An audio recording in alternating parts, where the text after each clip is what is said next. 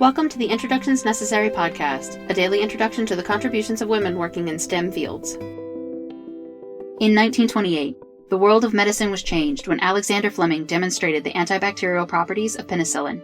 But the large-scale impact of his discovery was only realized during World War II, when microbiologists discovered ways to mass-produce the drug. One of those scientists was Gladys Hobby.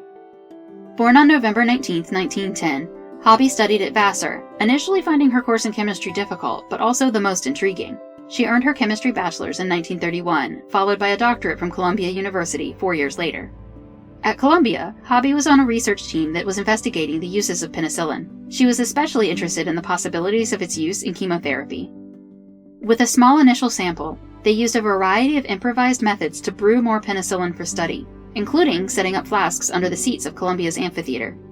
It took years to grow sufficient amounts for treating patients, but eventually they began testing on humans shortly before World War II. Together with Drs. Martin Dawson and Carl Meyer, the team found a way to begin the mass production of the drug for use in the war effort, a task that Hobby compared to the Manhattan Project because of the urgency of the need. She chronicled this work in her book, Penicillin: Meeting the Challenge. In her book, she refutes the oft-repeated story that Fleming's discovery was due to his messy lab, pointing out that scientists of that time thought that incubation at room temperature helped form the organisms he was interested in.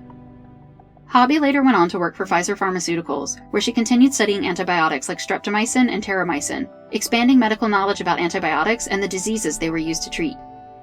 After leaving Pfizer, she continued to study chronic infectious diseases as the chief of the Veterans Administration's Special Research Laboratory, focusing on the characteristics and control of tuberculosis. In 1972, Hobby founded the magazine Antimicrobial Agents and Chemotherapy, which continues to be published by the American Society for Microbiology, a long-lasting part of her legacy of discovery and achievement.